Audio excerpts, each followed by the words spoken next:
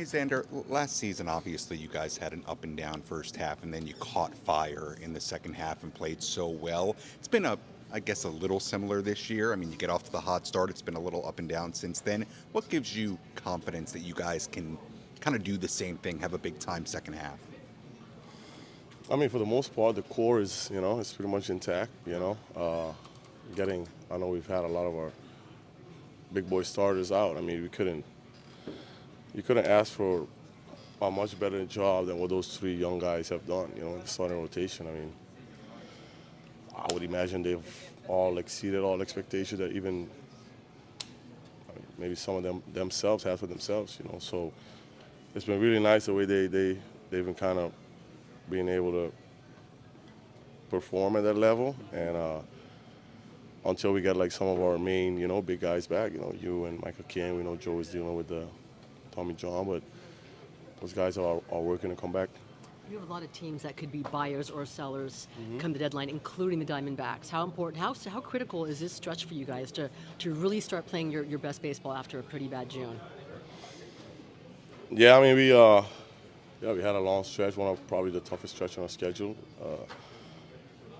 last couple of weeks ago. So, I mean, we're in this position, and then we've had a lot of tough losses that when you look back, you're like, we had one, maybe two of those would have been, much better. But I mean, here's where we are, and I mean, a lot of guys are gonna heat up pretty soon, and that's just the way this game is, and for us, we're just gonna continue doing our thing until the big boys, come through, like they always do.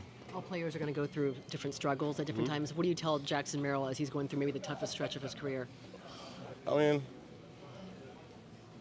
it's hard, I went through something similar, but probably a little worse than him, and I think where it can really get tough on a player is when you start hearing from too many people, I mean, I'm not saying this is what he's doing. I'm just saying this is what I did, and I don't want him to fall into that trap, like everyone wants you to perform, everyone wants you to do well, and the worst thing is just when you're hearing from so many other different people, everyone wants you to do good, so they're gonna obviously give you some stuff, but once you start hearing a little too much, that's when you get in the box and you start thinking about where your hands have to be, where your feet have to be, instead of just like seeing that white ball. That white ball really gets small once you start thinking a little too much, and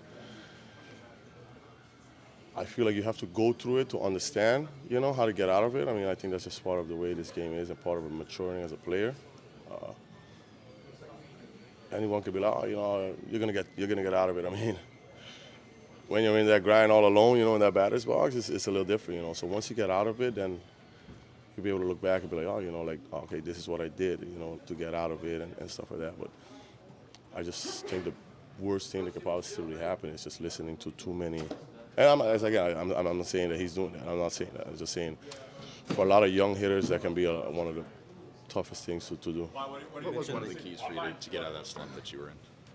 I remember I narrowed down on one guy, he's actually here, Vic, I was listening to a lot of people, man, and hey, again, they all want you to do well, and you're going to listen, and now you're thinking of your hands and your hips and everything, and I just told Vic, like, listen, I'm gonna ride this out with you, like you're the one, and I'm just gonna listen to you. I can't listen to too many. I mean, it's too much for your mind, You mentioned the young starters. How important has Nick Pivetta been to this staff and this rotation?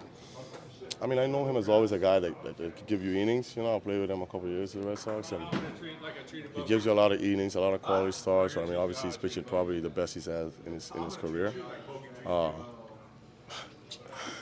But yeah, hopefully that can continue for the whole year, and he's been definitely a guy that we really can depend on. I mean, those youngsters too, they were doing an amazing job for the task that they've been have to deal with.